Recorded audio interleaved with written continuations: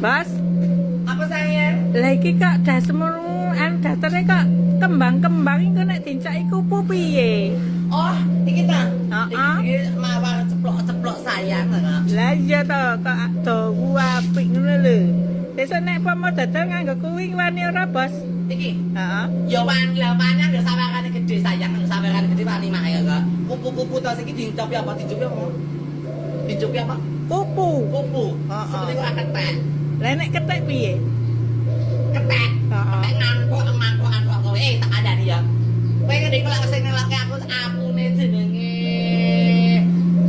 jenenge sapa iki akune jenenge Parman K89 tak omongi Parman kok. Kowe nek aku ketek, kowe nek aku munyuk. Lah terserah. Rupaku kaya ngene iki anane. Rupaku ya bentuke kaya ngene iki durung kenal kowe rung mlebu TikTok. Rupaku ya kaya ketek, rupaku ya kaya munyuk, ngerti ra?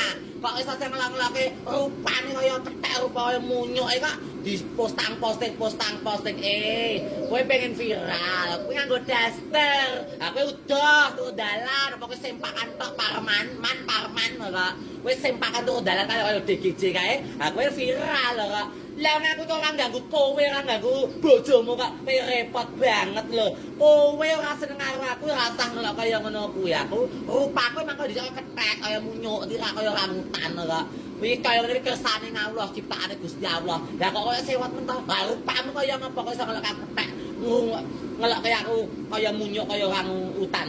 Ora rumangsaku kaya ngono kuwi Parman kowe sering ada banget kok. Lah justru kowe sering karo aku, saya tuh selalu bahagia. Sekali menjak kaya geni. Mane cilik disumet mubal ngerti ra kowe ngono kuwi.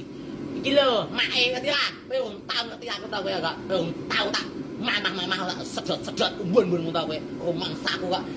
Aku ki ya rupaku wis kaya ngene iki. Dari Sabang sampai Merauke ngerti rupaku elek nyatan. Rupaku ora ayu, ora mulus, ora glowing ngerti ra? Ora diglowing, ora dite ora glowing adane. Kok saya melong-melonge rupane kaya munyuk, kaya ketek, kaya orang tanah dipostang-posting ngebak-bak yape.